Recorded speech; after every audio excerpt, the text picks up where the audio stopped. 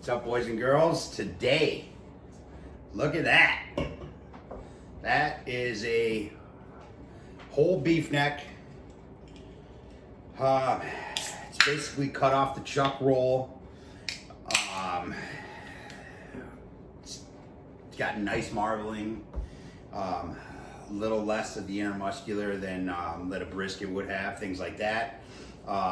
It's comes from the subprimal cut of the chuck roll, and if you treat it like a brisket, you have your parts, with your slight tug towards the center. You got your chopped beef. You can shred some. It's full of beefy flavor. It really is an awesome cut of meat. Not to mention, it is cheap as shit. This right here is $2.18 a pound at Restaurant Depot, and this is around 25 pounds of meat right here. So very little trimming, so not much of it goes to waste. It's going to be magical. So we are going to treat it like a brisket. I'm going to whip up an injection. We're going to get some flavor in there, even more flavor than it has normally. We're going to whip up some meat meth. We're going to step that up, and we're going to make the rustic style of it so we can build a nice bark on there. Then we are going to, wet smoke it, water pan, high moisture for the first, maybe 4 or 5 hours. That really just kind of depends on how she's looking, where the temp is crawling, things like that. And then we're going to get rid of the water pan, and we are going to smoke it again until it hits its stall. Typically it'll do the same thing a brisket will do, like any large cut of meat will. And then after that stall, we are going to have our bark built then, because of the dry smoke afterwards. We're going to wrap it up in some butcher paper. We're going to toss it back on there. We're going to take it to, right around that 200 mark, probe tender style. And then we're going to rest it for an hour or two, and we're going to cut into it, rip into it, and just bury our face and motorboat it. You know what I mean? So let's get it prepped. I'll bring you guys up here so you got a little bit better view of what's going on. I'm just going to do a slight trim on the silver skin and, that kind of stuff. There's still some good veinage and just things like that on there. So we're just going to give it a slight trim just so we can get our rub to it here nicely, build that nice bark. And because we want that, that's one of my favorite things is bark, so woof woof.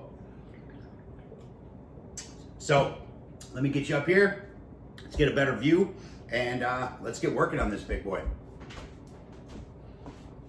All right, so there she is in all its glory. Just a massive piece of beef. I love it. I think we all know how much I adore beef around here. So, like I said, we're just gonna give it just a easy trim. Gonna get down to the grit of this thing, so we got some nice meat, and we can build a nice bark on it. It looks like I should have probably thrown my knife on the stone for a second, but what else is new, I forget. Way more than I like to admit that I forget. But see, we got all this silver skin on there. That's not gonna let our rub do anything good, So we're gonna get rid of that. I wanna keep some of this fat. The other side, when I flip it, you'll see there's not nearly as much of this nonsense as there is on this side. So I'm just gonna get underneath it. We got a ton of meat here, so I'm not worried. I just want meat exposed. So I'm not gonna be too critical about going too deep on these fat spots. This slimy shit, I don't wanna eat it. Doesn't render well. So we're going to just take it down. Just till we have, if I can put my fingernail in it and make a mark, that's the fat I wanna eat. That's how I judge it.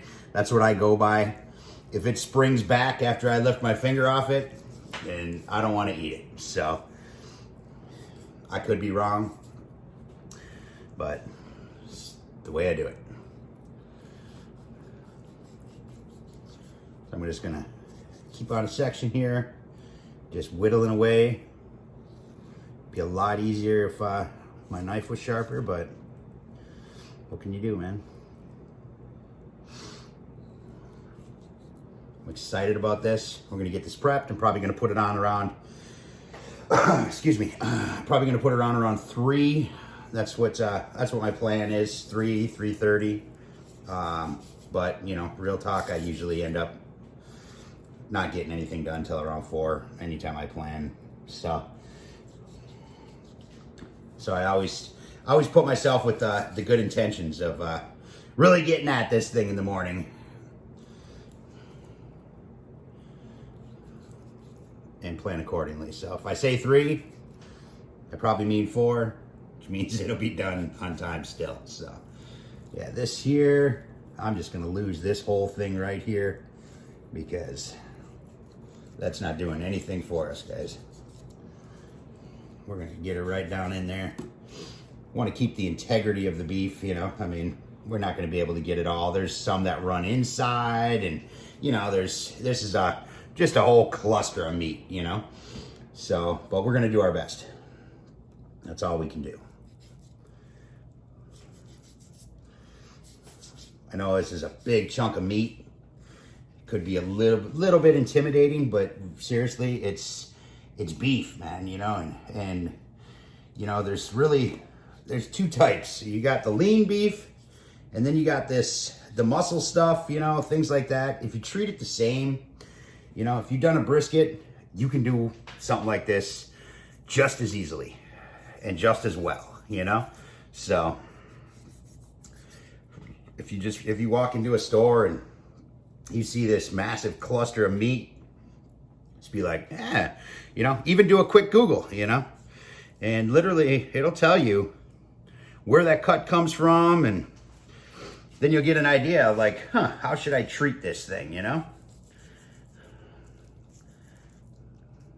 Like, you know, I mean, up until a couple years ago, I honestly never heard of picanha. And I had came across it. I don't know, somebody did a video of it, or somebody in one of the groups posted it, and I'm like, damn, that looks good. So I was on a hunt trying to find picanha. Not an easy task, let me tell you that right now. But when I did find it, and I finally cooked it, I didn't take any liberties with it. I made it, you know, typical Brazilian style, seared it off, you know, put it off on some indirect to finish it. And I mean, it's now become one of my favorite cuts, man. There's so much flavor. It's just such a good cut of meat. And they're also called culottes, I believe. I don't know if I'm pronouncing it right. But this stuff I'm going to say, by the way. But I come across them now. I can get them anytime. They always have stock at Restaurant Depot, and they're relatively cheap. I think they're, I don't know, typically around maybe $3.50, $3.38 a pound, something like that. So I can just load the freezer up with them and have picanha whenever the hell I want, you know. And I know some people don't have access to Restaurant Depot and things like that, but just a little tip, if you join, like, a lot of times your local barbecue society will come with free day passes at Restaurant Depot, or, you know, certain stores of that type with your membership. So you just go in there, you show them your card, they give you your day pass. You roll on in there and shop like the big boys, you know what I mean? So, and in all honesty, you know, typical barbecue membership, I mean, you know, they can run anywhere from 25 to $50, but it's worth it because you can get seriously great prices at Restaurant Depot, and that's no shit. So, because I like to eat meat, and honestly, if I wasn't such a tight ass and didn't look for deals and didn't, you know, buy the big chunks and butcher myself and things like that, I wouldn't be able to enjoy half of this good meat that I get to eat because, you know, shit's expensive. You walk into a store and you buy, you know, 4 ribeye steaks that are already packaged up that somebody cut up for you. You're paying, you know, 40, 50 bucks. Well, shit, for, you know, you catch it on sale, I can get a whole ribeye roast for 100, you know, and I get 12 plus steaks out of it. Excuse me. Plus I get to, you know, hack a prime rib roast out of it. And I mean, you know, it's just the way to go. You get to enjoy all that good stuff without breaking the bank. You know what I'm saying? So, all right, we're looking pretty good here, guys. Let me lose this. That ain't doing anything for us either. We got some nice surface area. I mean, fat's not gonna stick to this. I mean, rub's not gonna stick to this stuff, but you know, we don't want to lose it all. That's, you know, there's flavor in there, and this is all really good fat, you know? See what I mean? So we want to preserve as much of that as we can. Let me get this silver trimmed off over here.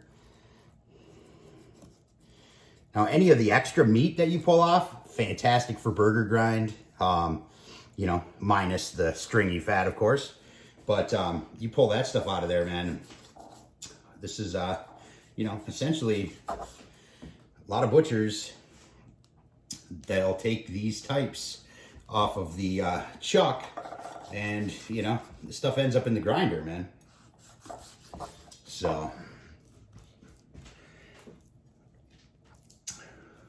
all right, I think we're looking pretty good on this side, guys. This all over here is clear. Yeah, found you. I see you. Let me get you. Little string of ding-a-dings going on here. And this right here. Let's lose this guy right here. Man, I wish my knife was sharper right now. All right. So we'll do a quick sneak peek on the other side. Oh. See, like I said, this side is entirely different. Oh man, look at all that. It's gonna be so good. So good, so good. This right here, we don't need. I love the smell of beef in its state like this. It just has that, I don't know, there's just something about it. So damn good. I am a beef guy. I like some pork. I like ribs. Not a real big fan of pork loin. I don't know why. Not a real big fan of pork chops. I know.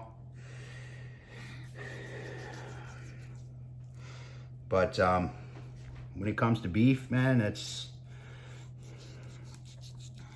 living right there. I love beef. Love it. In case you hadn't noticed. All right, that's about all I'm gonna do back here. Everything else looks pretty good. A little silver right here. Let's remove that, just for rub purposes. But otherwise, that looks pretty damn good. I like that. I like that a lot. These this flap over here, I'm almost wondering if I shouldn't trust that, but I think I'm just gonna let it roll. So that way I have some good parts of some shredded beef too. So I'm just gonna let them guys hang. Let them do their thing. So, and let's do this. Oh, look at that.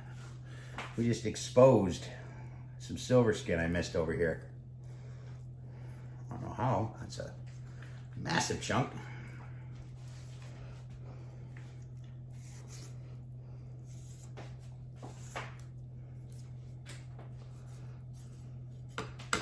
There we go. Huh, I'm almost wondering if I shouldn't just trim this right off and use this for some grind, honestly, because this is gonna cook weird. You know what, we're doing it. We're just gonna take this off right here, and we are going to even this out right here, because this is gonna be fantastic for a burger grind. Check that out, man. That's nice beef right there. And then we have some consistency here in our roast. So, all right, Now, we've got it all trimmed up. We got it ready to take some of our rub, build our bark. Now, let's whip up our injection. Right, so we're gonna take this guy right here. Let's toss them all on over into our Cambro, which is actually not big enough for that monster, but it'll be good enough, you know what I mean? Gotta have something to catch that. Yeah. Just to keep things honest around here. So, simple. It's really just a little bit of flavor, you know, a little bit of moisture. Keep up that beefiness, you know, try to stay true to it. So I'm gonna just pump in a cup of high octane stock. Not no low sodium broth bullshit, none of that. So I'm not putting any salt in there anyway, so we're good. And stock, not broth, you know, it gives that umami from the vegetables and things like that, you know. And then I'm going to toss in a scoop of some butchered barbecue prime dust. This is essentially like beef on crack, you know what I mean? It's just concentrated beef dust. So just a full scoop of that. And then beer. Yeah, I know. It's the carbonation. I'm telling you, it does something. It just does. I'm a true believer. I'm a true believer. So we're gonna do about a cup of beer. So we got a cup of beef stock, full scoop, which I believe is like a quarter cup of the Butcher Barbecue Prime Dust, a cup of beer, and just to keep shit real, teaspoon of Worcestershire sauce. And if I can find my mixer, which chances are I cannot. Oh, found it. We are going to just get this mixed up.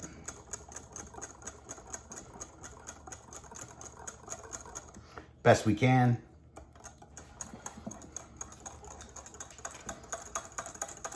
Try to dissolve that prime dust a little bit in there, you know.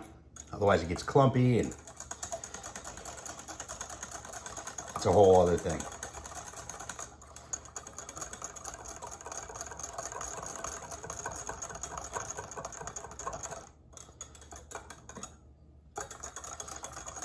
I think that's looking pretty good, guys.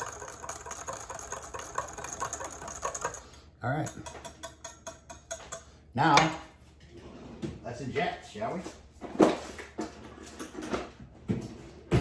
We're gonna use a pump. Still tied up. 1 second. I guess I could have prepared a little better, huh?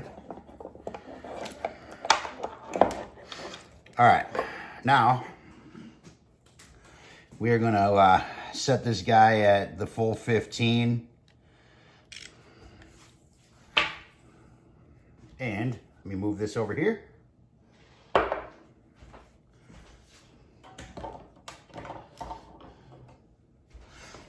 Get this beauty up here. And drop our hose in. Nice little weight to it. All right, let's do this. I'm gonna start at the small end. I'm gonna come across like this.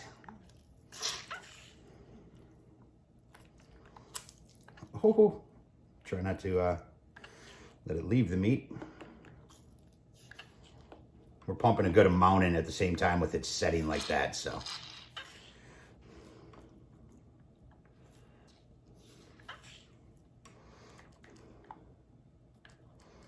Make more of a pocket in there. There we go. Oh man. That's nice. We're just gonna step back about 1 inch on each one. Man, wife's gonna come home and go, what in the hell is all over the cupboards? What are you doing now, Jason? And then I'll blame the kids. So, I don't know. Ask the kids. I don't know what they do.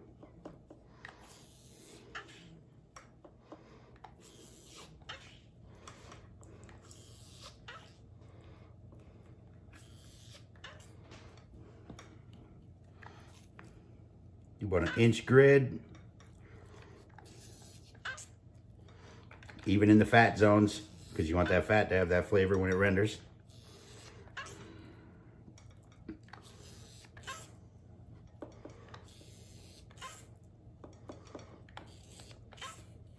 Now with this thing being so thick and my needle not being so long, I will flip it over and give some love to the other side too, you know what I mean?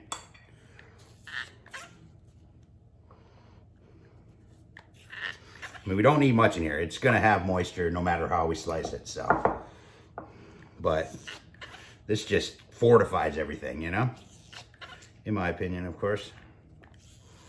I'm just a white boy.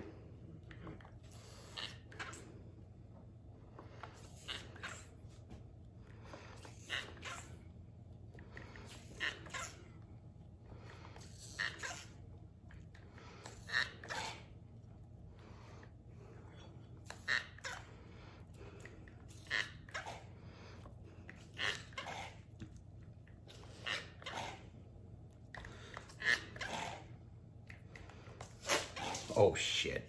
See that mess I just made? Son of a bitch. All right, let's flip it. Watch this end over here, it's building up. There we go.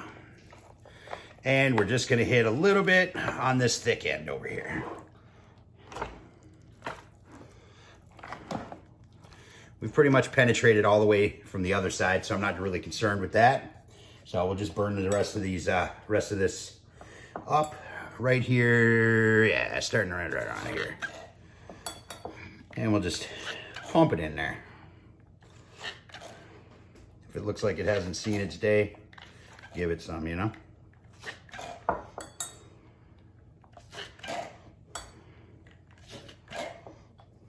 And let me lean this over here. There we go.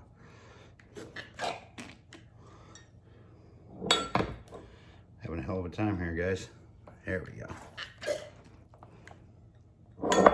That's about it. Out of gas, out of gas. All right. All right, so now we are going to make our rub, but I have to wipe the floor down because I made a hell of a mess in here. And then we'll get some rub on this baby. All right, guys, so I cleaned up my mess. Now we're going to make our rub. It's essentially the meat meth that, you know, I made the video on, the rustic version of it. The only difference I like to do with something that smokes a long time, for some reason, I love adding Ancho chili powder. So I typically keep the smoked paprika in there, but I'll add right around a tablespoon of the Ancho chili powder. I don't know why. I just found that I don't know. It reacts so well to the smoke, and it really depthens the smoke, I guess you would say. So deepens, whatever, I don't know. So let's make a rub.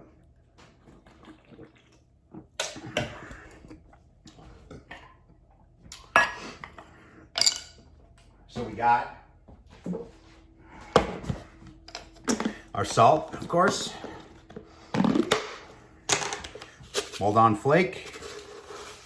We're gonna double our batch. So I'm gonna do 2.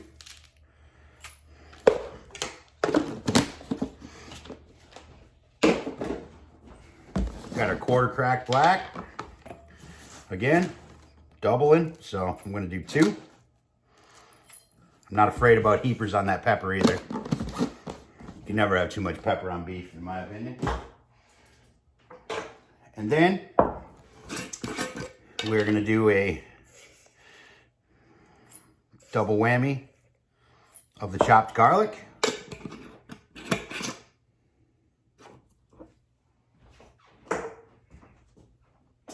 And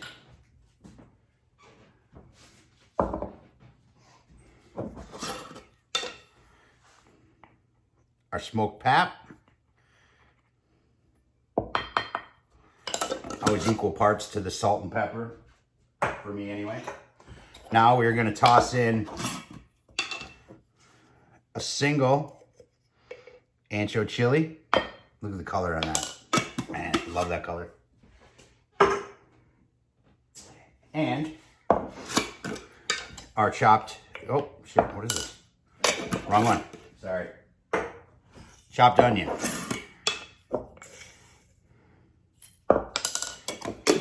Oh, I forgot we're doubling.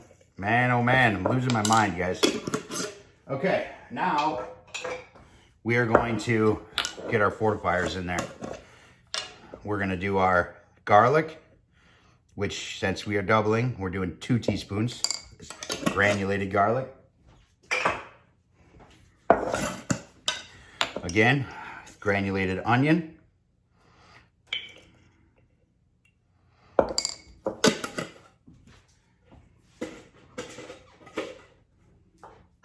I would typically use a half teaspoon of coriander, so we're going to use a full teaspoon this time.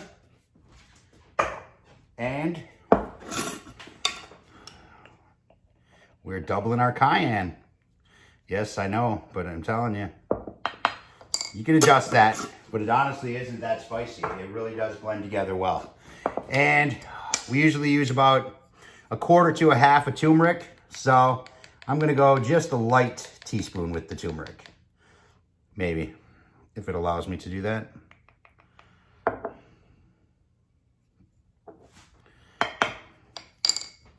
And that's a wrap, guys. That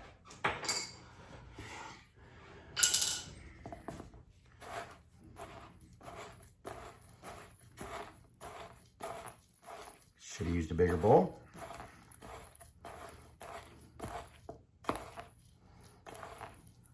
Oh man, look at that. Come on. Look at that color. All that texture. All that flavor. Look at that.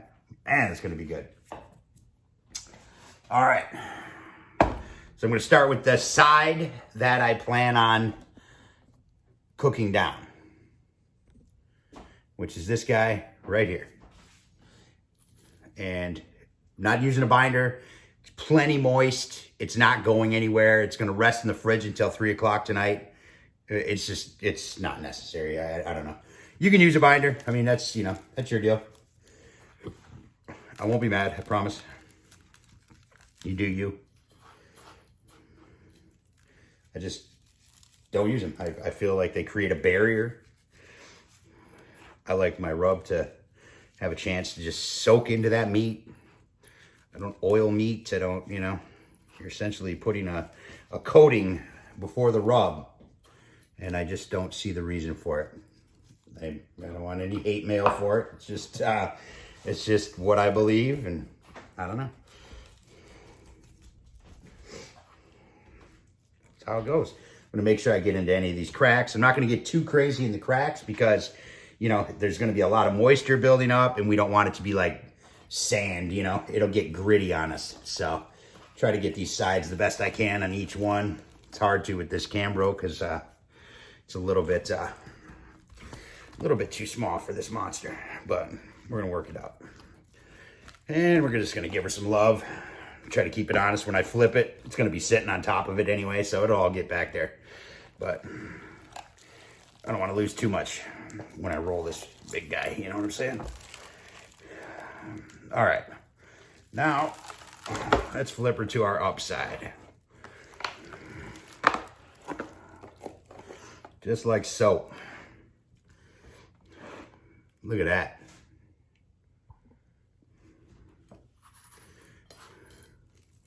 And I'm gonna go heavy hand on this as well, because that's a big piece of meat. Let it soak in.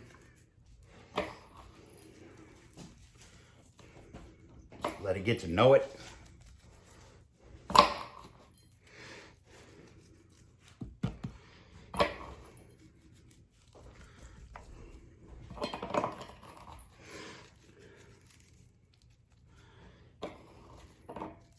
It's gonna be so good. I'm excited. Been a while. And this stuff is fantastic. Just like that. Let me wash my hands real quick. Let you stare at that beautiful hunk of meat.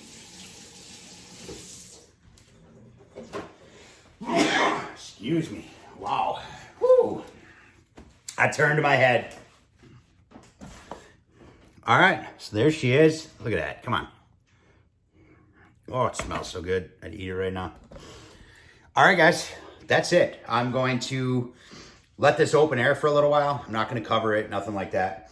And then after a few hours, once I see everything just kind of melded in, sunk in, things like that, then I'm going to throw some plastic wrap over the top of it, just to let it really, you know, do its thing in there.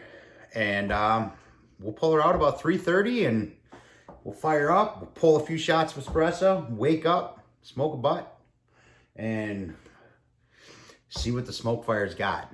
I'm not concerned that the SmokeFire is going to not produce a nice product. It's given me no reason not to, but I just know big boy out there, which has been lonely. I miss it. We're definitely going to be doing some cooks on that real soon, because I need to build a fire in her.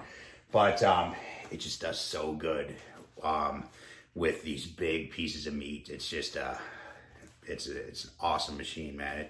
It can cue and it can smoke like a mofo. But I'm going to take the easy route, and we're gonna see. I mean, you know, the SmokeFire hasn't let me down yet when it comes to product it's put out. The thing can smoke, man. It really can. So we're gonna get this on there.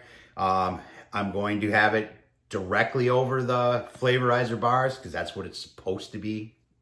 And I will have my pan off to the side, my water pan, and we're just gonna smoke it. We're gonna run it like it was intended. So right now, that's all I got. So I know this video is, it's looking pretty long. So I'll definitely split these. So I'll get this prep up there. You guys can check it out. And then tomorrow morning, we're gonna cook. So, all right, boys and girls, I'll be back.